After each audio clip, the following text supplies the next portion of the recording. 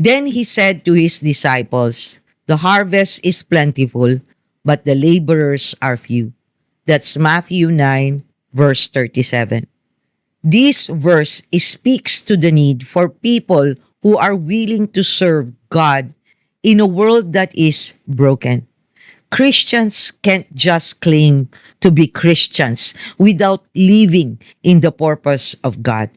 And what is that in today's world, mga classmates? It means we disciple and bring as many people as possible to accept the grace of salvation given by God through their faith. We don't all have to do what missionaries do if that is not our personal calling from God.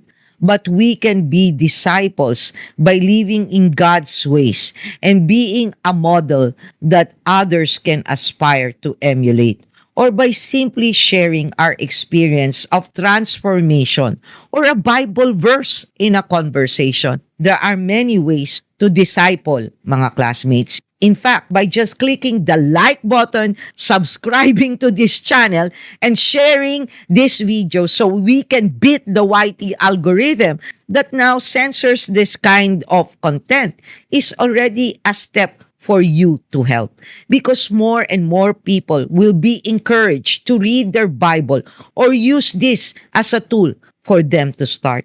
There are truly many ways wherein you can be a disciple and bring as many people to be aware of God when our world is focused on eradicating Him. This verse calls us to action in helping others and spreading the good news.